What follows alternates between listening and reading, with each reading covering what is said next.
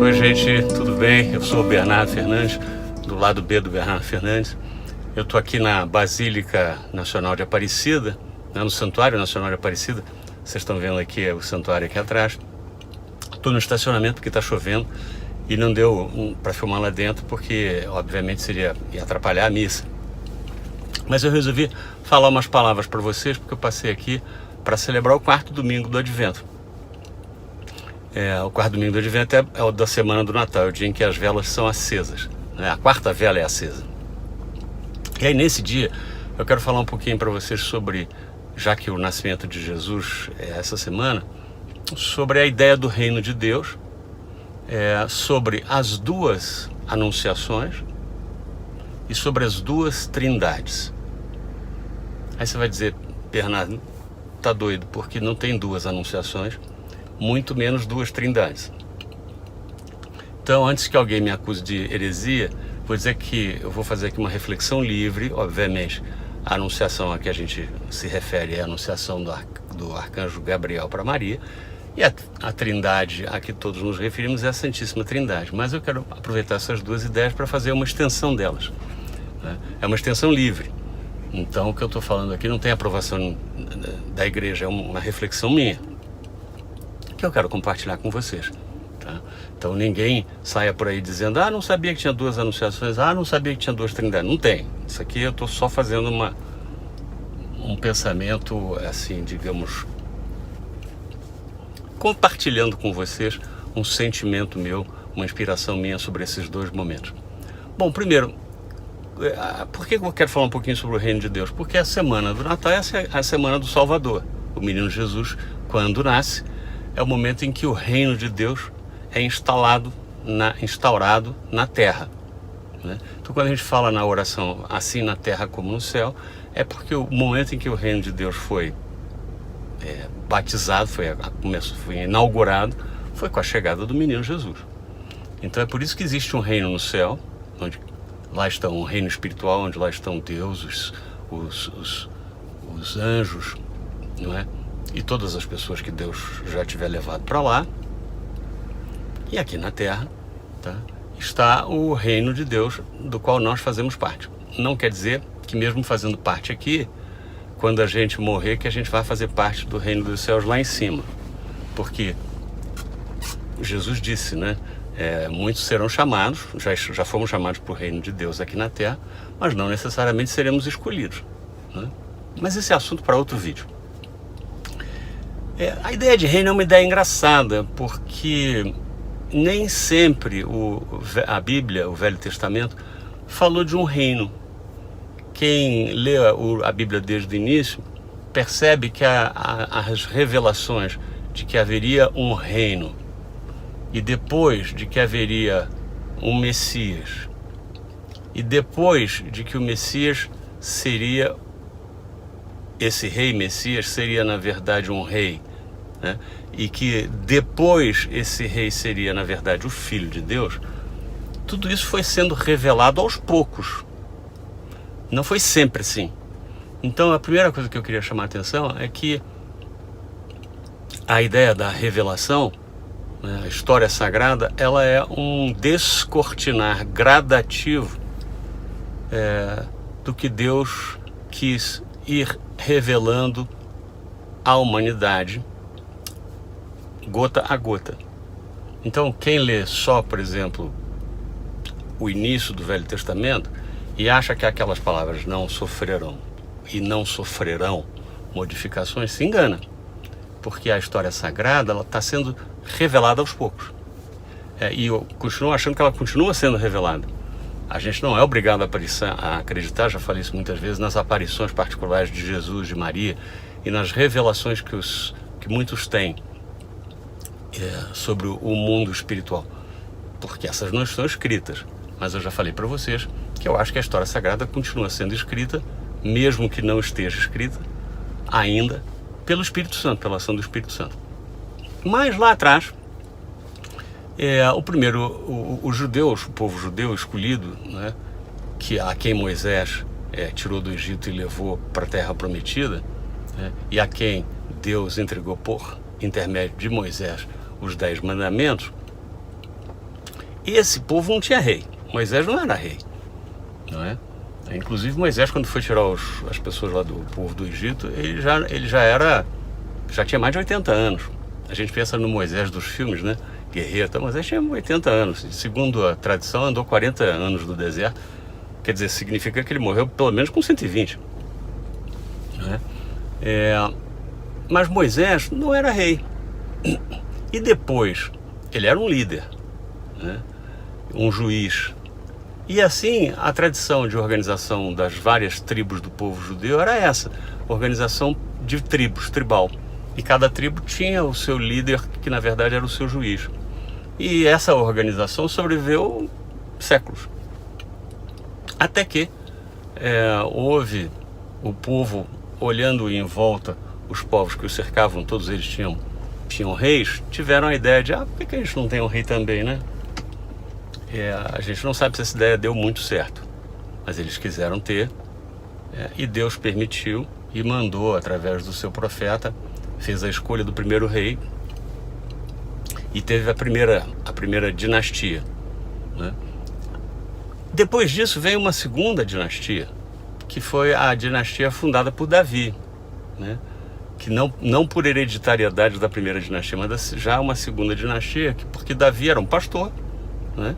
Foi escolhido por Deus para unificar, para ser o novo rei, teve que lutar por isso, então de pastor ele se transformou num guerreiro, e foi, na verdade, o novo rei dos judeus que reunificou o povo, que na verdade uniu, não só as tribos já estavam unidas, né, mas elas unia, separava, aí o norte estava separado do sul.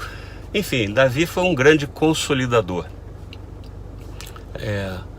E como consolidador, ele era um rei muito interessante, porque ele era um rei guerreiro, né? Todo mundo lembra da história de Davi e Golias, né? Ele era um homem extremamente valoroso, fazia muita bobagem, né? Mas tinha uma grande consciência das bobagens que fazia. Tendo feito muita bobagem, ele conversava com Deus e dizia, olha, não pense você porque eu estou fazendo besteira, que eu não sei que eu estou fazendo besteira. E eu reconheço que estou fazendo besteira, e não é por isso que eu vou me envergonhar, mas não vou desistir de você. Então ele conversava com Deus assim de uma maneira muito bonita, como o filho realmente conversa com um pai, embora ele não usasse essa terminologia. Mas era essa relação, a gente percebe claramente. Ele dizia para Deus, eu errei, pequei, reconheço e não vou desistir de você. Você vai se livrar de mim porque eu fiz essa besteira. Então Davi foi um grande rei. E outra coisa interessante de Davi é que ele era como um tremendo guerreiro que era, sempre teve exércitos. Esses exércitos eram exércitos que ele pegava nas tribos em volta e nos povos em volta. Eram mercenários em geral. Só que como Davi era um grande guerreiro e um grande líder, ele conseguiu manter esse exército muito ativo e livrou o povo judeu ali, ele livrou o povo judeu dos seus inimigos durante muito tempo. E ele também era um rei despojado. Ele não tinha grandes ambições para si, né? Então ele, por exemplo, não cobrava impostos, né? O povo adorava Davi porque todos que trabalhavam, o fruto do seu trabalho, iam para eles próprios, para as próprias famílias. Davi não queria muito para si, não exigia pagar tributos, não tinha uma estrutura pesada do Estado, né, para chatear o povo, não tinha carga tributária. Mas Davi construiu um palácio para ele, não muito suntuoso, um palácio, e se incomodou um pouco com o seguinte fato: os judeus viviam guerreando, ele como grande guerreiro estava sempre acampado, atacando ali, defendendo ali, não é, com o exército, e ele mesmo ia na frente. E a tradição dos judeus é que Deus guerreava com eles e os levava à vitória. Então eles levavam, sempre que montava a tenda de Davi, dos soldados, eles montavam a tenda de Deus, né? E botavam ali na tenda de Deus a arca com os mandamentos, que era uma caixa que continha ali 3 coisas. Uma delas era a tábua dos mandamentos que Moisés tinha dado ao povo. Então eles montavam a tenda de Deus e guardavam a tenda de Deus. E Deus não tinha templo suntuoso, não tinha nada disso. Aí Davi construiu um palácio para ele e falou: peraí, tem alguma coisa errada aqui, porque eu fiz um palácio para mim e Deus não tem um palácio para ele. Deus está em tenda, né? eu acho que está errado isso, acho que eu vou fazer um templo para ele. Teve essa ideia, conversou com o profeta. Esse profeta se chamava Natã. Quando o Davi contou para ele que queria fazer um templo, ele falou: rei, se está no seu coração, faça isso. O Natã era o profeta. O que é o profeta? O profeta cada rei tinha lá o seu profeta, não é? Aquele que falava em nome de Deus para o rei, agora o rei. Aí Natã aconselhou, desfaz o que está no seu coração, e foi dormir. E aí, em sonho, ele teve uma visão de Deus que dizia para ele o seguinte: fala para não fazer templo para mim, eu não quero templo para mim, né? Davi construiu um palácio para ele, tudo bem, mas eu quero estar junto do povo, né? Ele não falou essas palavras exatamente, mas o sentido é esse, né? Ele dizia: olha, eu ando com a tenda, com os soldados para lá e para cá, eu quero continuar andando, eu não quero que vocês me coloquem num templo de pedra, porque Deus não quis se mobilizar num templo, né? Então esse era um Deus, você vê, um Deus peregrino, que queria estar sempre próximo do seu povo. E quando Natã voltou e falou para Davi isso, Davi ficou surpreso, falou: puxa, então eu moro num palácio, meu Deus, não, mas se ele quer assim, tá bom. Então não construiu o templo.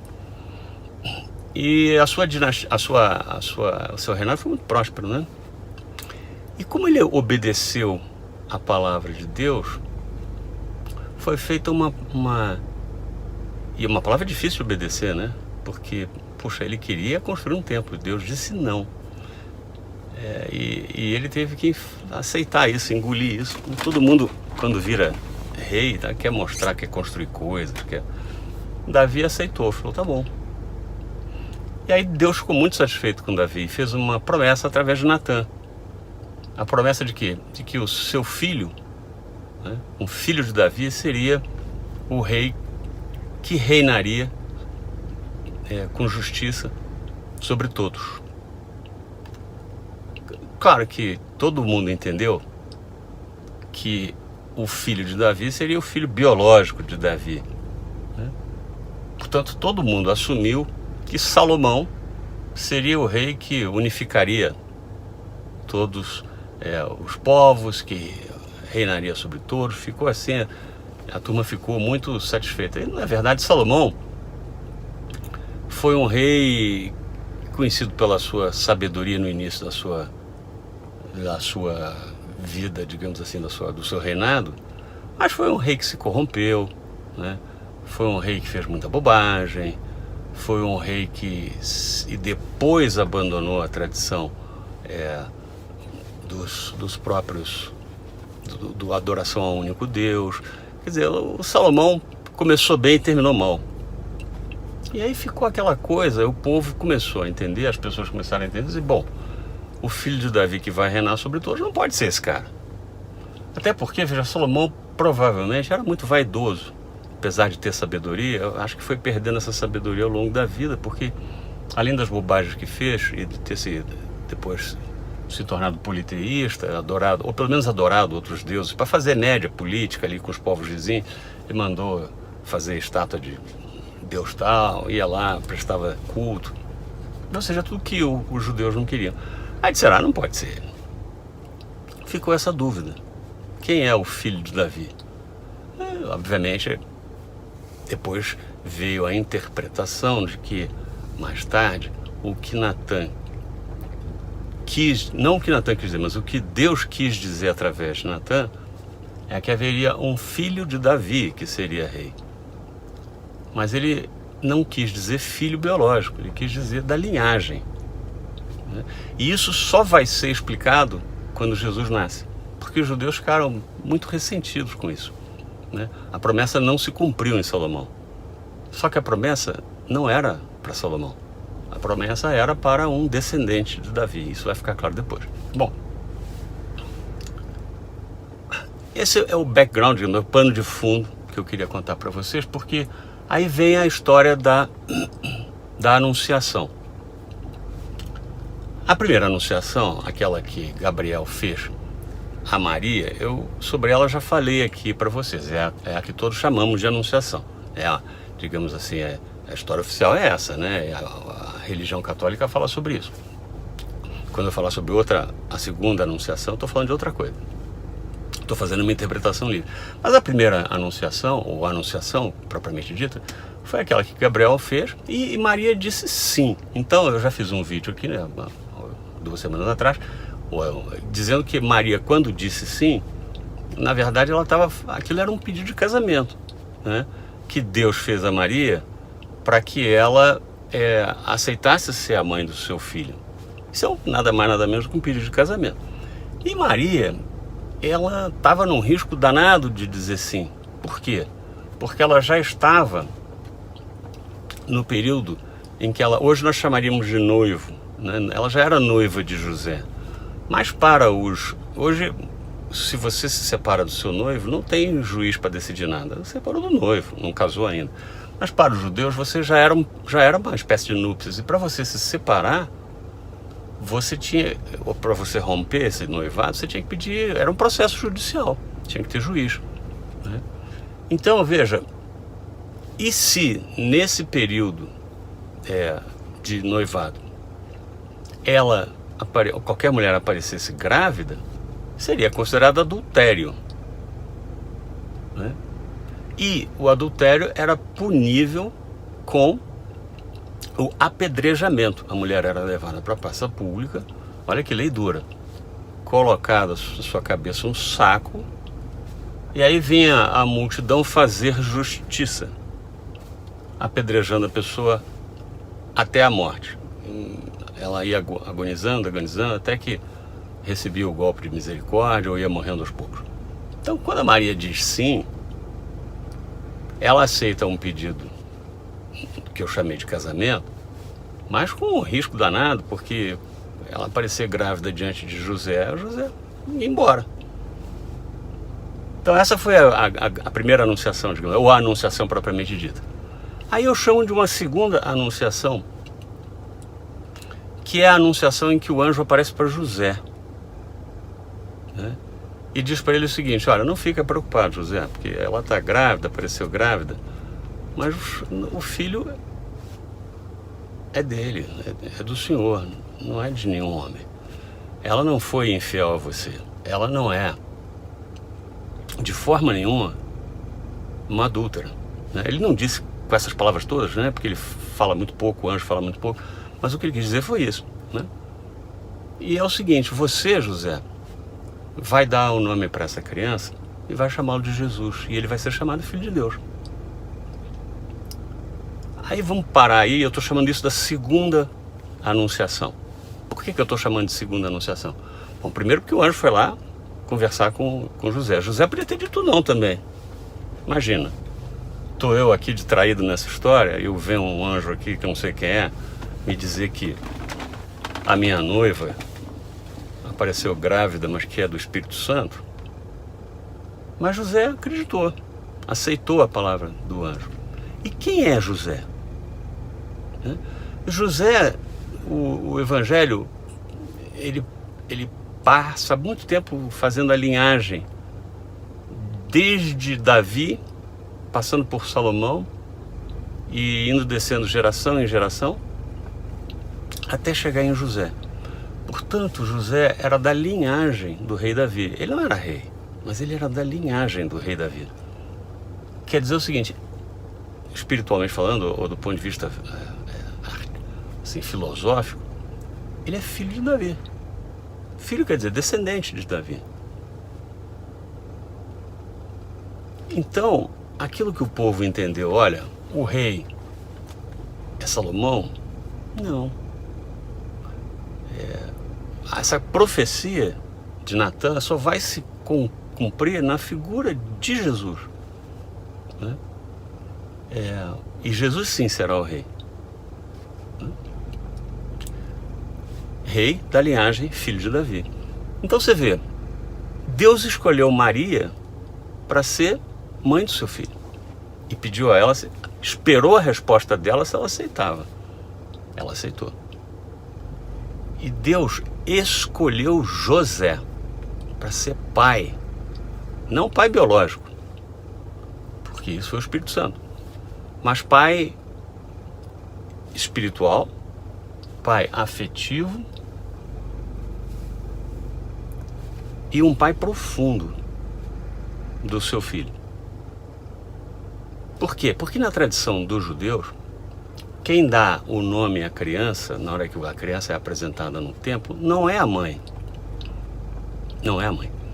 Então Maria não podia chegar no templo e dizer, tá aqui, eu estou grávida, tá aqui meu filho, esse aqui vai se chamar Jesus. Maria levou o filho lá, aí sim, já com o marido José, e quem dizia o nome do filho, portanto, dava legalidade àquele nascimento, era o pai, na lei dos judeus. Então, quando José vai e apresenta com Maria o menino e diz, seu nome será Jesus, o que José está fazendo é dizer, esse é meu filho. Portanto, ele não só aceitou a palavra de Deus, como aceitou as consequências da palavra de Deus. E assumiu como seu o filho, o próprio filho de Deus. E cuidou dele como pai, não cuidou dele como pai adotivo, cuidou dele como pai, que ele é.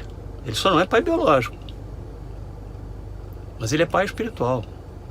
Mais do que isso, não é porque ele é pai espiritual porque ele escolheu ser pai. Ele é pai porque Deus escolheu ele para ser o pai.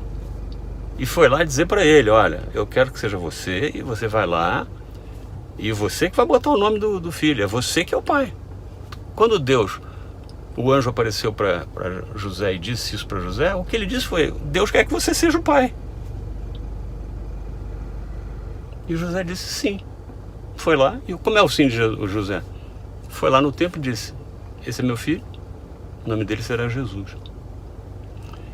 Então olha que interessante, a gente tem a mãe escolhida por Deus, né? A gente tem o pai escolhido por Deus, e a gente tem o Filho de Deus.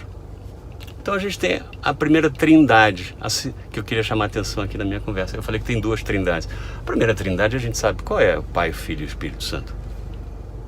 Mas essa segunda trindade, que ninguém chama isso de trindade, mas eu estou aqui refletindo livremente, não vai sair por aí dizendo que eu chamei a segunda trindade. Estou fazendo uma reflexão livre, né? Como eu já adverti antes. Essa trindade é uma trindade humana. Se a primeira é a Santíssima Trindade, essa segunda trindade é a humaníssima trindade, composta por 3 seres humanos, escolhidos por Deus. José, Maria e Jesus. O que é interessante é que é uma trindade, é como se fosse um diamante, né? Assim, um diamante. E as duas trindades se tocam, né? Unindo o mundo humano ao mundo espiritual, né? O mundo divino, né? Ou seja, são 2 triângulos que se tocam, têm um ponto em comum, e esse ponto em comum é Jesus, né? Então, o nascimento de Jesus é o momento de conexão de Deus com a humanidade, de uma maneira muito mais profunda do que jamais tinha acontecido antes, porque Deus se fez carne, né? E Jesus, que era plenamente humano, era também plenamente divino. Então, isso para mim é o Natal. É a união da Santíssima Trindade com a Humaníssima Trindade, que é composta pelo Salvador, pela Mãe escolhida por Deus e pelo Pai escolhido por Deus. Aí você vai dizer assim, bom, Bernardo, tudo bem, mas Jesus, ele também pensava assim, que nem você está falando?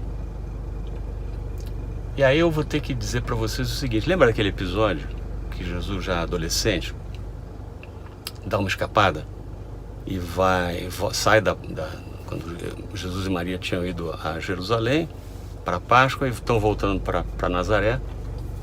E aí, quando eles estão voltando para Nazaré, cadê Jesus? Sumiu, o moleque sumiu. Eles ficam preocupados, né? Se fosse hoje, ia tomar um puxão de orelha. Talvez tenha tomado, né? Para deixar de ser abusado, porque é menino, é Deus, mas é menino, né? E aí foram atrás dele. E o que Maria diz pro menino, pro jovem? Ô Jesus, como é que você tem na cabeça que você vem ficar aqui no templo, não falou nada pra gente? Eu e o seu pai estamos te procurando. E o que aconteceu? Jesus, diz o Evangelho, né? Jesus voltou com eles e lhes era submisso. E Jesus era submisso a Maria. Jesus lhes era submisso, ou seja, submisso aos dois. Você vai dizer, o que quer dizer submisso? Submisso hoje tem um sentido que não é o que se dizia, né? O texto sagrado dizia. Submisso hoje é aquela pessoa que está sob pressão, provavelmente uma pressão ilegítima de alguém, né? Então está se sentindo submissa. Mas naquela época, não, a submissão é no sentido filial. Eu devo submissão aos meus pais, significa que eu devo respeito aos meus pais. Então, se o Evangelho diz e Jesus lhes era submisso, é porque Jesus aceitava os dois como mãe e como pai. Porque senão ele seria submisso a Maria. E por que ele era submisso? Por causa do 5º mandamento: honrarás pai e mãe. Então Jesus não era submisso só a Maria, não estava honrando só a Maria. O pai falava, ele dizia assim: senhor, tá bom, papai, entendi, papai, uma desculpa, papai. Então, gente, nós estamos celebrando um Natal da Sagrada Família. Na verdade, isso que eu chamei de Humaníssima Trindade é a Sagrada Família, né? Que une o mundo espiritual com o mundo humano através da figura do Salvador. É isso que eu queria dizer aqui em Aparecida. Parei aqui para isso, né? Desejar a vocês um bom Natal, muita luz e muita paz. E um abraço para quem é de abraço e um beijo para quem é de beijo.